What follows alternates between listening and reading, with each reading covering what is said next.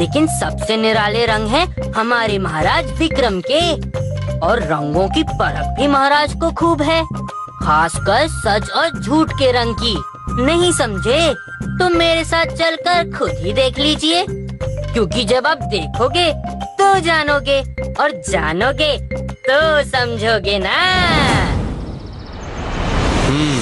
बताइए क्या मामला है? महाराज, जैसे ही मैं पलटा मैंने देखा कि ये दुष्ट मेरे थैले से ये बेशकीमती पत्थर निकालने की कोशिश कर रहा है। नहीं महाराज, अब मैं। आप ही सोचिए महाराज, इस फटे हाय के पास भला इतना बेशकीमती पत्थर कहाँ से आएगा? हाँ, सही कह रहा है, सही कह रहा है, बिल्कुल सही कह रहा है। सही बात है, इसके पास इतना कीमती हीरा कैसे आया? इस चोर को सच से सजा मिलनी न्याय चाहिए। महाराज, न्याय। न्याय। दोनों पक्षों की बात सुने बगैर न्याय कैसे संभव है भला? आपका पक्ष तो हमने सुन लिया, अब इन्हें भी बोलने दीजिए। महाराज, मैं एक छोटा व्यापारी नाविक हूँ। मेरा आधा जीवन समुद्र की धारा से जूझते हुए कटा है। ऐसी ही एक जल यात्रा में मेरा जहाज भयंकर तूफान का शिकार बन गया। सब कुछ डूब गया। मैं बहता हुआ एक टापू पर पहुंच गया। उसी टापू पर भटकते भटकते मुझे अकस्मात ही ये बेशकीमती हीरा मिल गया। इस पत्थर को बेचने के लिए जब जौहरी के पास गया तो फिर तो सब कुछ आपके सामने ही है महाराज। ये झूठ बोल रहा है महाराज। अगर इसकी नाव जर्जर हो गई थी तो फिर ये वहाँ से वापस कैसे आया है? जैसे तैसे जहाज के टुकड़ों की नाव बनाकर मैं इस राज्य में वापस आया। नहीं नहीं, ये तो मुमकिन ही नहीं लगता। ना ना। और ऐसे द्वीप का कभी जिक्र भी नहीं सुना है भाई हमने तो। शांत शांत, किसका सच सच है और किसका सच झूठ, बिना गवाहों के इसका फैसला करना मुश्किल है। इस सुनवाई को यहीं रोकते हुए मैं आप सबको विश्वास दिलाता हूं कि न्याय का फैसला होगा, पर ठीक 5 दिन बाद। तब तक के लिए जौहरी अपने घर वापस जाए और नाविक को महल में ही नजरबंद रखा जाए, और आप सभी निश्चिंत होकर अपने घर वापस जाएं। महाराज की जय हो। क्षमा कीजिए महाराज, पर उस नाविक को महल में रखने की क्या जरूरत है? आपने उसे कारागार में क्यों नहीं बंद किया? मुंजा, उसका जुर्म अभी साबित नहीं हुआ है और उसे छोड़ भी नहीं सकते क्योंकि वो भाग सकता है। इसलिए मैंने उसे महल में नजरबंद रखने का आदेश दिया। पर महाराज, आप निर्णय तक कैसे पहुंचेंगे? हमें उसी टापू पर जाना होगा जहां से ये सब शुरू हुआ। उस नाविक से टापू का पता मालूम करो। जी महाराज।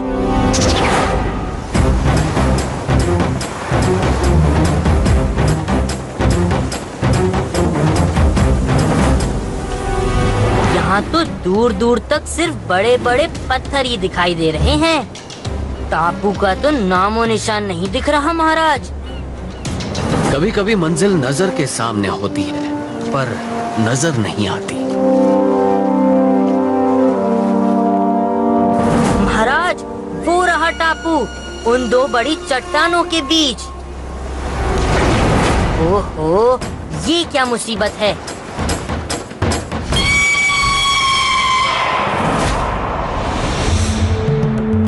ये क्या कर रहे हो तुम? हमारे बच्चों के लिए खाना बचा के रख रहा हूँ, आने वाले दिनों में काम आएगा।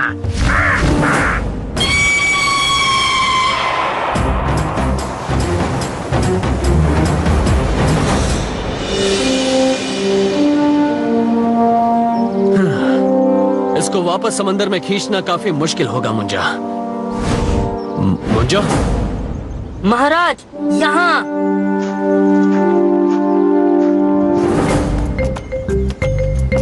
देखिए महाराज, मुझे क्या मिला। वाह मुंजा, तुमने इतनी जल्दी भोजन का प्रबंध भी कर लिया। वो क्या है ना महाराज, समुद्र में तैरते तैरते पेट में चूहे कुश्ती लड़ने लगे थे। महाराज,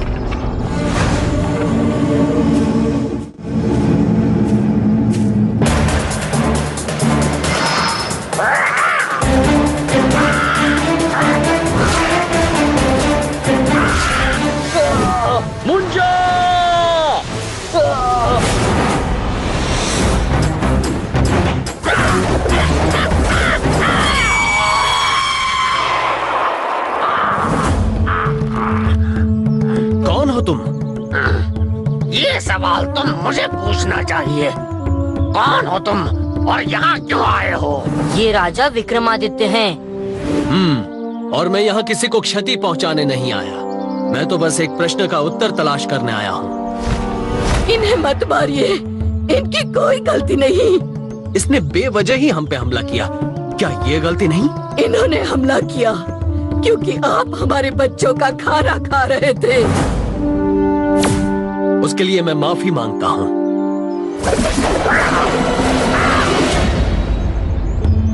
लेकिन आप यहाँ किस प्रश्न का उत्तर ढूंढने आए हैं? वो पत्थर आपको कहाँ से मिला? वो पत्थर तो हमें उस गुफा में मिला था। वहाँ आपको ऐसे कई सारे पत्थर मिलेंगे।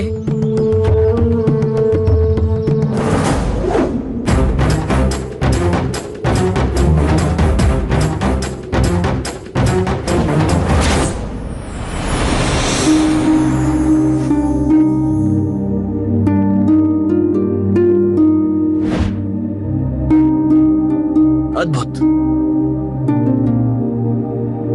फैसला हो गया मुंजा। अब हम वापस जाकर अपनी प्रजा को हमारा निर्णय सुना सकते हैं। फैसला तो तब सुनाएंगे ना जब यहाँ से बचकर जिंदा वापस जा पाएंगे। ऐसा क्यों कह रहे हो मुंजा? हमारे पैर के नीचे की जमीन असल में भाप और धूल की परत है, जिसमें किसी भी वक्त दरार पड़ सकती है।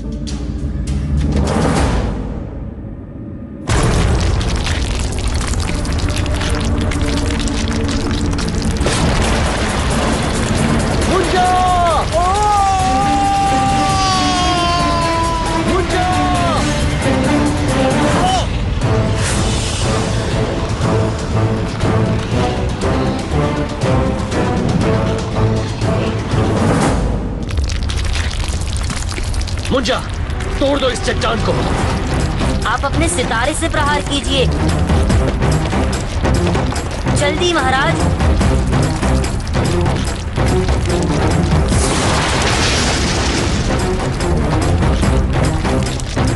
इससे पहले कि हम इस गुफा में फंस जाएं, हमें यहाँ से निकल जाना चाहिए।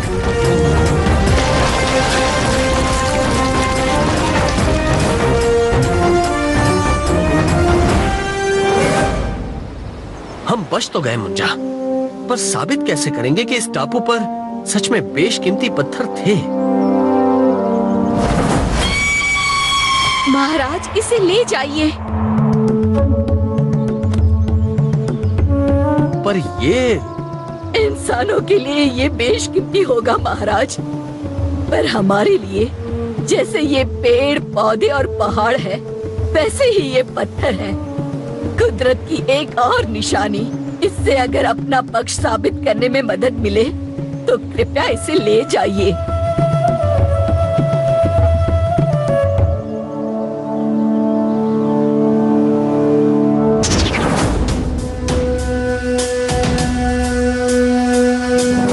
खेल तो तुमने अच्छा रचाया था जौहरी, पर तुम ये भूल गए कि ये महाराज विक्रमादित्य की नगरी है और यहाँ अन्याय के लिए कोई जगह नहीं है।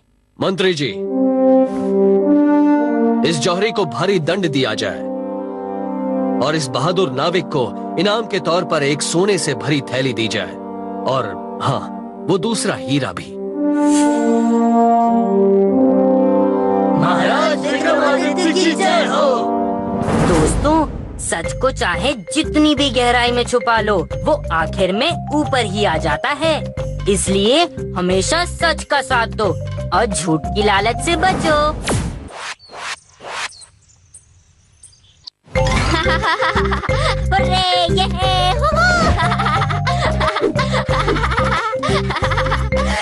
आज मैं बहुत बहुत बहुत खुश हूँ। अरे भाई, बात ही कुछ ऐसी है। जी हाँ, मेरे महाराज विक्रम जैसा दानवीर और दयालु इस सारी दुनिया में कोई नहीं है। अरे यही बात तो मैं आज आपको बताने जा रहा हूँ, और जब आप देखोगे तभी तो जानोगे, और जानोगे तो खुद ही समझ जाओगे ना।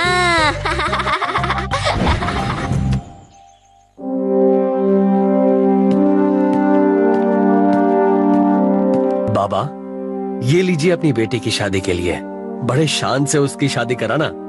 यदि और धन की आवश्यकता हो तो बिना संकोच हमें कह देना। हमारे होते हमारी प्रजा को कोई कष्ट नहीं होना चाहिए। महाराज विक्रम की जय।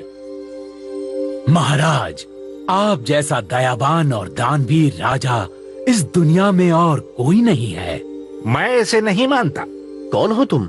मैं बाली नगर का एक ब्राह्मण हूँ और हमारे राजा यशोधन से बड़ा दयालु और दानवीर इस पूरी पृथ्वी पर कोई नहीं है। लगता है आप हमारे महाराज विक्रम के बारे में कुछ जानते ही नहीं। मैं सिर्फ इतना जानता हूँ कि महाराज यशोधन की कृपा और दानवीरता से हमारे राज्य में कोई भी दुखी नहीं है।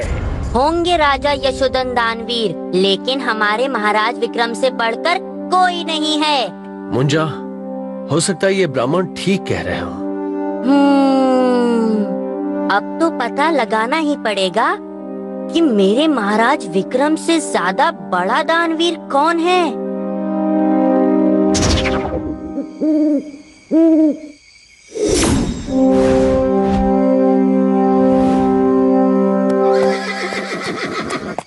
कहीं यही बाली नगर के राजा यशोधन तो नहीं?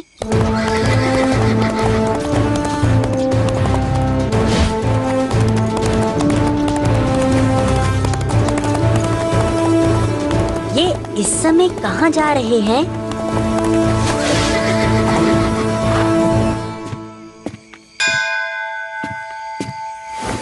ओम धन लक्ष्मी नमः।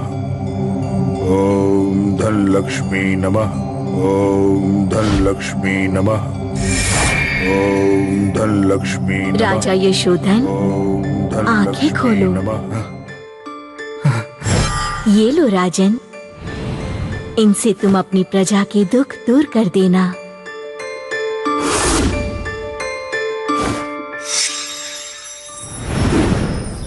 ये लीजिए महामंत्री जी, अब आप ये सिक्के प्रजा में बांट दीजिए। जो आज्ञा महाराज। ओ, ये राजा तो सच में बहुत ही दानवीर और दयालु हैं। राजा यशोधन के बारे में जो भी कुछ उस ब्राह्मण ने कहा वो सच निकला। हाँ महाराज, मुझे भी बहुत आश्चर्य हुआ। मुझे खुशी हो रही है कि ऐसा महान और दानवीर राजा हमारा पड़ोसी है। मुंजा, हम राजा यशोधन से मिलकर उन्हें बधाई देना चाहते हैं। आपने बिल्कुल सही कहा महाराज, हमें अवश्य मिलना चाहिए।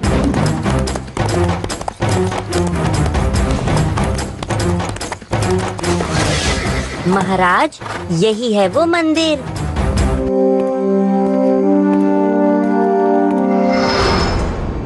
लेकिन मुंजा, वो मूर्ति कहाँ है? परसों रात को तो मैंने यहीं पे देखी थी। कौन हो तुम लोग? महाराज, यही है राजा यशोधन। हे भगवान, देवी की मूर्ति कहाँ गई? वही तो हम भी जानना चाहते हैं। देवी की मूर्ति चुराकर भोले बनते हो, तुम्हें इसकी सजा जरूर मिलेगी।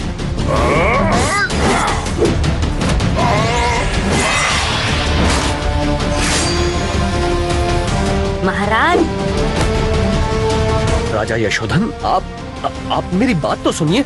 ये समय बात करने का नहीं, तुम्हें दंड देने का है।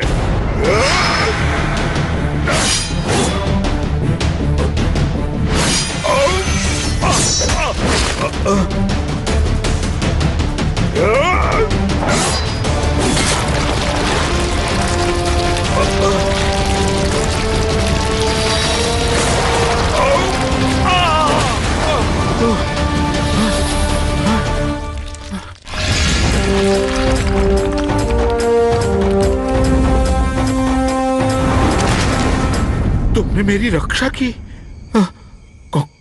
कौन हो तुम? मैं राजा विक्रम हूँ और ये है मुंजा, मुझसा नहीं कोई दूजा। क्या? महाराज विक्रम? ओह, महाराज विक्रम, मुझे क्षमा कीजिएगा, मैं आपको पहचान नहीं पाया। आपकी इसमें कोई गलती नहीं है। ये तो सब देवी की चोरी हुई मूर्ति के कारण हुआ है। लेकिन देवी की मूर्ति चुराई किसने? ये तो अभी पता चल जाएगा।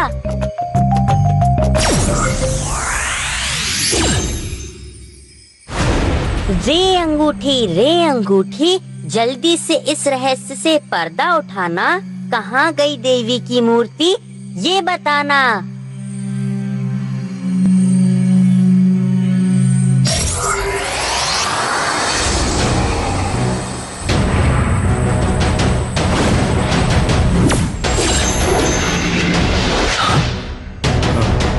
हमें किसी भी कीमत पर देवी की मूर्ति को छुड़ाना ही होगा, नहीं तो अनर्थ हो जाएगा। फिर एक दुष्ट जादूगर से सामना, लगता है इसे भी सबक सिखाना पड़ेगा। मुंजा, हमें अभी उस जादूगर के पास चलना होगा। जो आज्ञा महाराज।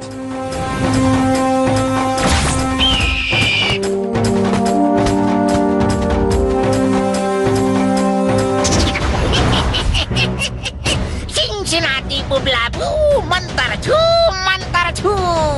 आखिरकार मेरा सपना पूरा होने वाला है। अब मैं देवी से इतना सारा सोना मांगूंगा जिससे मैं एक सोने का महल बनवाऊंगा, रावण की लंका से भी बड़ा। रावण की लंका की तरह तेरी ये लंका भी जल जाएगी। मंतर छू।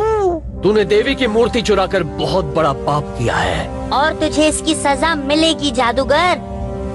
बहुत बोल चुके तुम लोग, आज तुम लोग नहीं बचोगे। मंतर छू, चिंचिनाती बुबलाबू।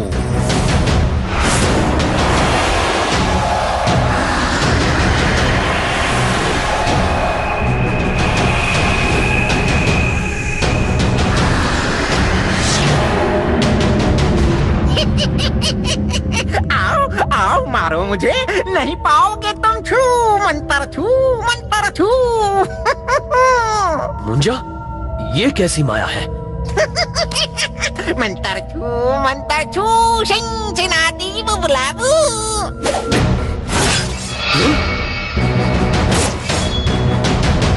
कहाँ देख रहा है तू? मंतर छू, चिंचिनाती बुबलाबू।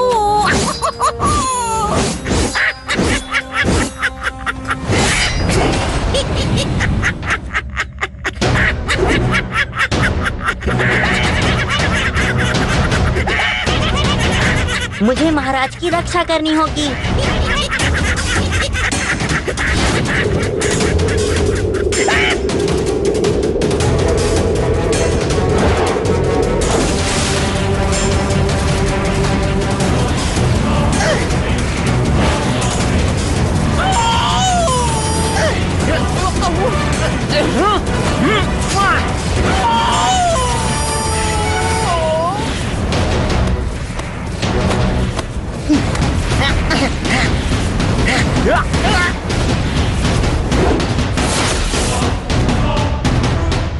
महाराज, ये रहा असली जादूगर।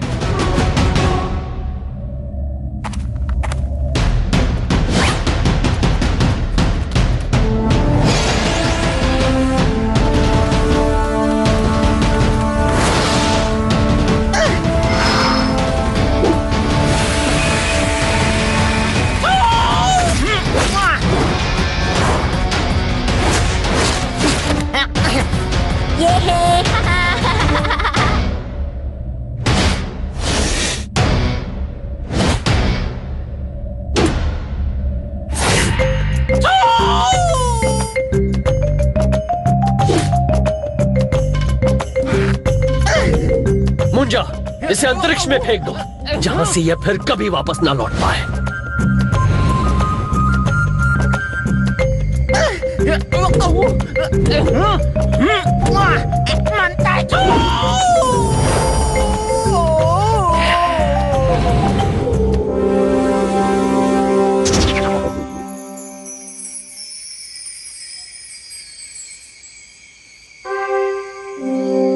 महाराज विक्रम, आपका ये उपकार मैं कभी नहीं भूल पाऊंगा। मुझे क्षमा करें महाराज। दूसरों की रक्षा के लिए जो आपने प्राण संकट में डाले, वो सच में सबसे अधिक दयालुता और दानवीरता है। और आपसे बड़ा दयालु और दानवीर राजा कौन हो सकता है? देखा, मेरे महाराज विक्रम जैसा दयालु और दान